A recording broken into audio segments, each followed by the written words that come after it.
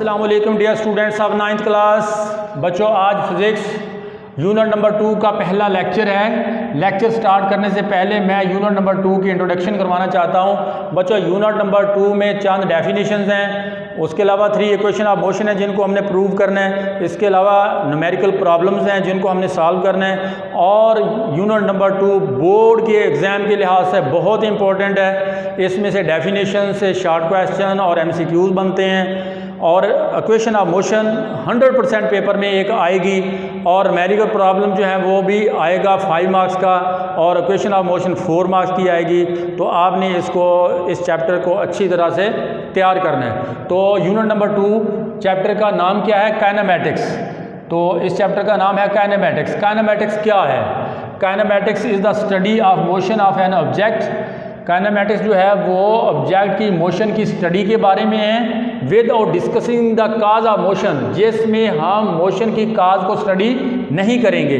अगर हम मोशन की काज को स्टडी करेंगे तो वो डायनामिक्स कहलाता है, वो अगला चैप्टर है।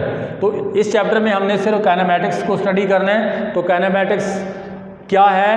यानी ऑब्जेक्ट की मोशन की स्टडी के बारे में है, जिसमें हम मोशन की काज को डिस्कस नहीं करते। जी बच्चों, इसके बाद बोर्ड में शॉर्ट क्वेश्चन आता है। ये रेस्ट मोशन अलग-अलग भी आ सकता है, लेकिन बाज़ औक़ात ये ऐसे भी आया है कि what is the difference between rest and motion. तो बच्चों, रेस्ट एंड मोशन क्या है? अगर कोई बॉडी अपनी इर्द गिर्द की चीज़ों के लिहाज से अपनी जगह तब्दील ना करे तो वो बॉडी रेस्ट में है। अगर कोई बॉडी अपनी इर्द गिर्द की चीज़ों के लिहाज से अपनी जगह तब्दील कर रही हो तो वो मोशन में होगी। जैसे मैं यहाँ पे ठहरा हुआ हूँ, मुझे ये टेबल भी नज़र आ रही है, मुझे ये AC भी नज़र आ रहा है, मुझे ये बोर्ड नज़र आ रहा है, तो इसका मतलब ये हुआ कि मैं रेस्ट में हूँ। जब मुझे ये चीज़ें नज़र नहीं आएंगी तो इसका मतलब मैंने अपनी जगह तब्दील कर दी, तो मैं मोशन में हूँगा। तो इसी तरह से बच्चों, आपने बस की सवारी की होगी।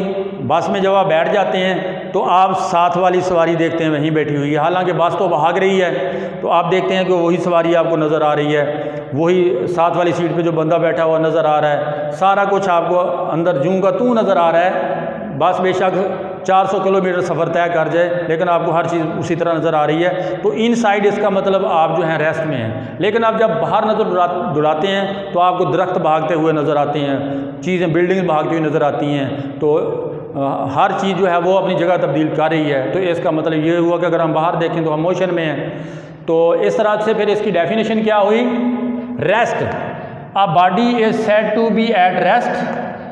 बॉडी रेस्ट में होगी if it does not change its position, अगर वो अपनी जगह तब्दील नहीं कर रही, with respect to its surroundings, अपनी इर्द गिर्द की चीज़ों के लिहाज से। यानी अगर कोई ऑब्जेक्ट या कोई बॉडी अपनी इर्द गिर्द की चीज़ों के लिहाज से अपनी जगह तब्दील नहीं कर रही तो वो रेस्ट में होगी। उसके बाद है motion, a body is said to be in motion. Body जो है वो मोशन में होगी if it changes its position with respect to its surrounding, अगर वो अपने इर्द गिर्द की चीज़ों के लिहाज से अपनी जगह तब्दील कर रही है। यानी मुख्तसर ये कि अगर कोई बॉडी अपनी इर्द गिर्द की चीज़ों के लिहाज से अपनी जगह तब्दील कर रही है तो वो बॉडी मोशन में होगी। आज के लिए इतना ही काफ़ी है, बकिया बातें इंशाल्लाह अगले लेक्चर में। अल्लाह हाफिज़।